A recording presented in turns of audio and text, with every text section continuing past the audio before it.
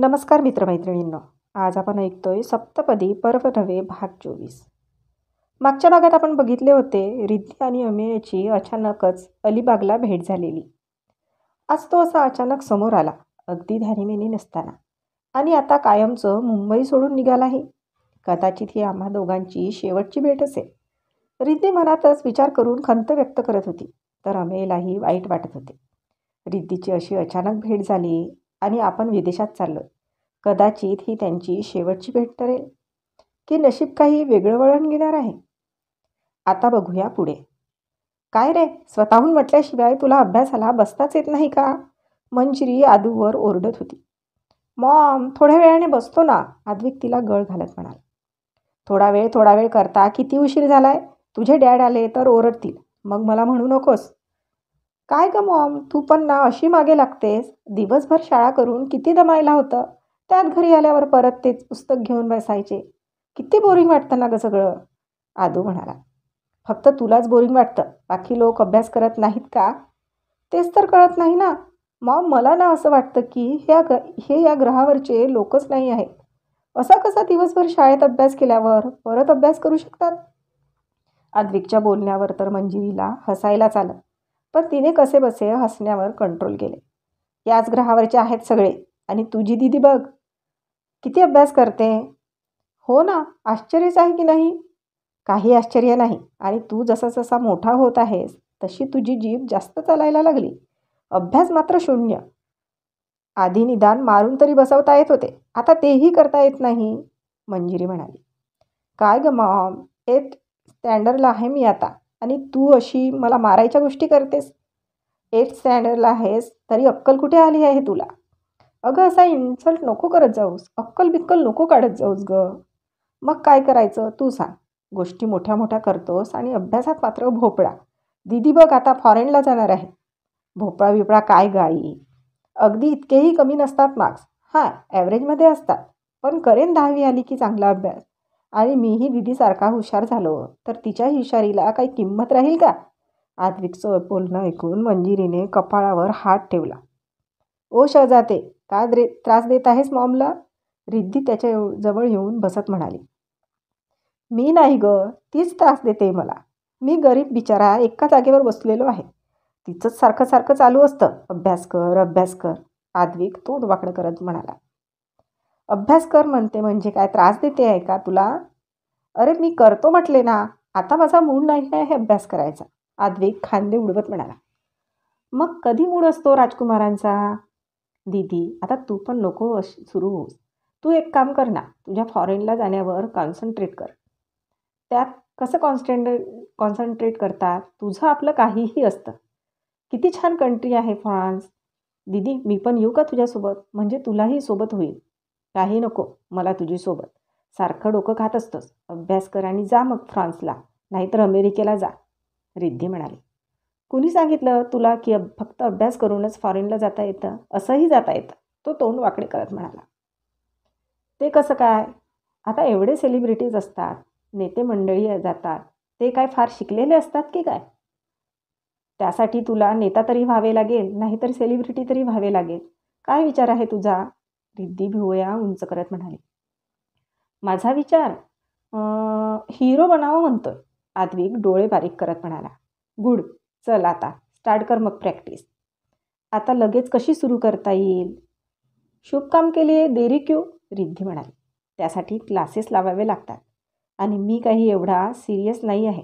म्हणजे बघू नंतर, आधी 10वी तर पास होऊ दे मला. त्यासाठी अभ्यास करावा लागेल ना. तू तर आपल्या शाळेतून आला की तुझी मस्ती आणि TV पाहण्यातच मग्न असतोस.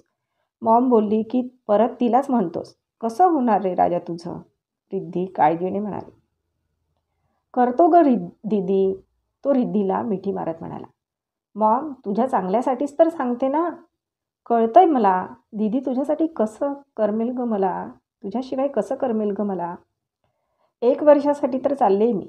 ही अशी गेले आणि अशी आले. दिवस कसे गेले ते कळणारही नाही, रिद्धी म्हणाली. तू तिकडे एन्जॉय करत असणार आहेस म्हणून तुला कळणार नाही, पण मला तर कळतील ना. एक तर मॉम बिचारी एकटी ओरडून ओरडून ओरडणार तरी किती. तू असलीस की बरी मदत होते तिला, आद्विक म्हणाला. काय म्हणालास? थांब, तुला दाखवतेच आता. आद्विक तिथून पळत सुटला आणि रिद्धी त्याच्या मागे धावत होती. ही दोघं ना मोठी झाली तरी कधी सुधारणार आहेत कुणास ठाऊक. आद्विकला तर काय मस्तीच करायची असते आणि ही रिद्धी त्याच्यासोबत लहान होऊन जाते. मंजिरी आपली बडबड करत होती. असू दे ग, पोरं आता विदेशात जाणार. घर कसे अगदी सुनं सुनं होऊन जाईल बघ, अरुंधती म्हणाल्या. हो ना, मला तर अजिबात करमणार नाही माझ्या रिद्धीशिवाय, मंजिरी हळवी होत म्हणाली. आतापासून सवय करून घे मंजिरी, ती कधी ना कधी सासरी जाणारच आहे. आपल्याला आतापासूनच मनाची तयारी करून ठेवावी लागेल. तिच्यामुळे तर घरात एवढा आनंदी आनंद आहे. ती नसेल तर कसं वाटेल हे घर.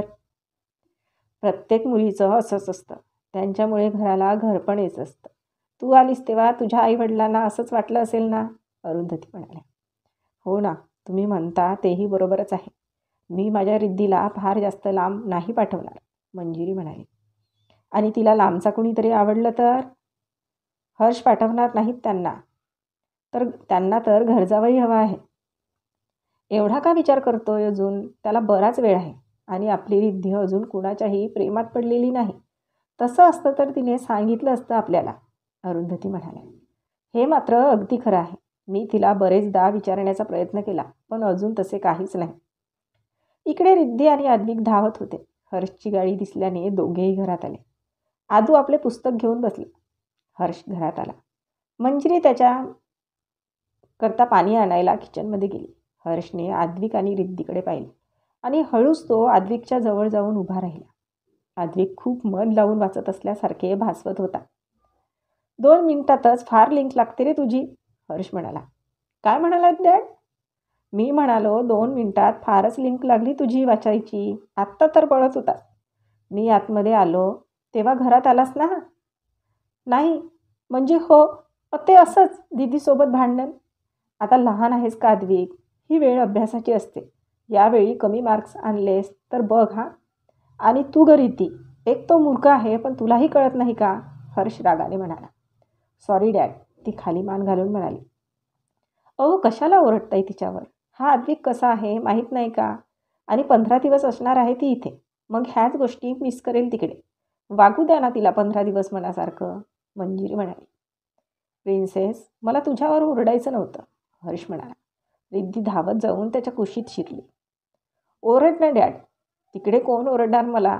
मी तुझा ओरडणं पण मिस करणार आहे तिकडे, रिद्धी म्हणाली. माझी तर तुला पाठवायची इच्छाच नाही आहे. पण शिक्षणही महत्त्वाचे आहे आणि तू स्वतःहून तिथे ॲडमिशन मिळवलीस. मला काही प्रयत्न करावे लागले नाही, हर्ष म्हणाला. 1 वर्षाचा तर प्रश्न आहे ना डॅड. मला तर तुझ्याशिवाय 1 महिनासुद्धा जड जाणार आहे, हर्ष तिला थोपटत म्हणाला. मला पण नाही करमणार. भीती पण वाटते नवीन शहरात कसं होणार, रिद्धी म्हणाली. त्याची काळजी तू करायची नाहीस. सगळी व्यवस्था केली आहे मी. तू फक्त अभ्यासावर कॉन्सन्ट्रेट कर, हर्ष म्हणाला. हर्षचा फ्रान्सला नेहमीचा दौरा राहायचा.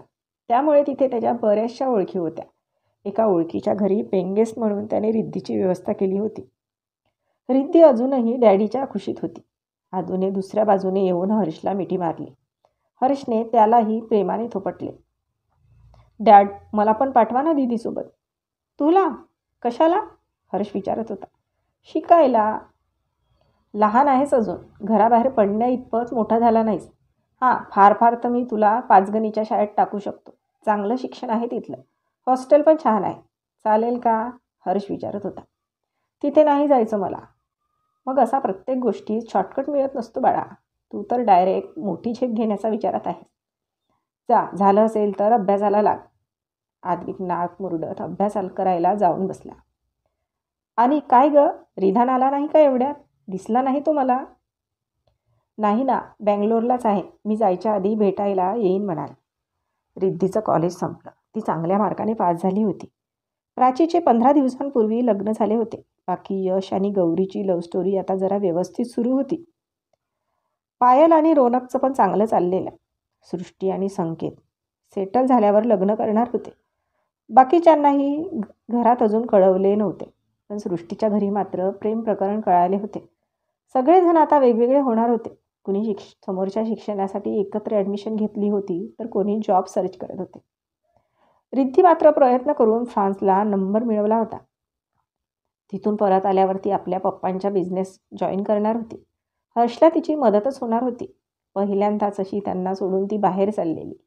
त्यामुळे तिची काळजी वाटणे त्यांना साहजिकच होते. रिद्धीची शॉपिंग आणि बाकी सगळी तयारी करता करता 15 दिवस कसे गेले कळलेच नाही. रिधान तिला भेटायचं म्हणून कालच आला होता. त्याची सारखीच आपली बडबड चाललेली आणि इन्स्ट्रक्शन तर एवढे की सगळा अनुभव त्यालाच आहे. कळतंय मला, एवढ्या सूचना नको देऊस, रिद्धी वैतागत म्हणाली. चांगली बँगलोरला वगैरे यायची असतीस, कशाला दूर जातेस ग?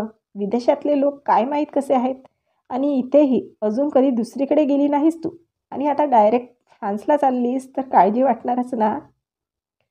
कुणी काही करणार नाही मला, मी ब्लॅक बेल्ट आहे, रिद्धी म्हणाली. ब्लॅक बेल्ट आहेस फक्त, मिलिटरी ऑफिसरचं ट्रेनिंग घेतल्यासारखी काय बोलतेस ग? आणि तुला कोणी काही करणार त्याचं टेन्शन नाहीच आहे मला. तिकडे तुला कुणी फॉरेनर आवडला आणि तिकडेच राहून गेलीस तर याचा विचार करून काळजी वाटते, रिधान म्हणाला.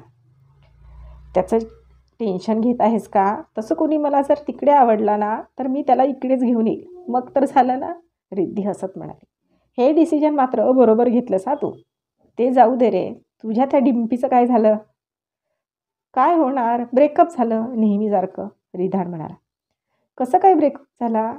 अगं मी बँगलोरला गेलो, तिला कोणी दुसरा मुलगा आवडला म्हणे, त्याच्यासोबत रिलेशनशिपमध्ये आहे ती आता, रिधान बेफिकीरपणे म्हणाला. आणि तुला काहीच वाटत नाही? रिद्धी आश्चर्याने म्हणाली.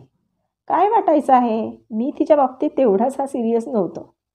हे बरं आहे तुझं, दरवर्षी नवीन गर्लफ्रेंड असते तुझी, रिधान म्हणाला.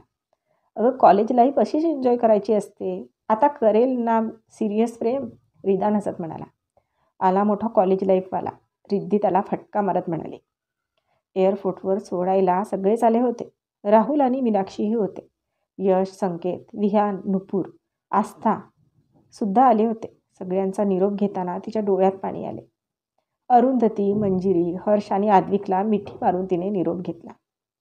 सगळेजण तिला हात हलवून निरोप देत होते. मंजिरीचे डोळे पाणावले होते आणि रिद्धीचेही. ती निघाली होती एका नव्या आयुष्याची सफर करायला. तर आजचा भाग इथपर्यंतच. भेटूया पुढच्या भागात लवकरच. तोपर्यंत आमच्या या भागाला लाईक आणि कॉमेंट्स करायला विसरू नका. आणि अजूनपर्यंत आमच्या चॅनलला सबस्क्राईब केले नसेल तर लगेच सबस्क्राईब करा. धन्यवाद.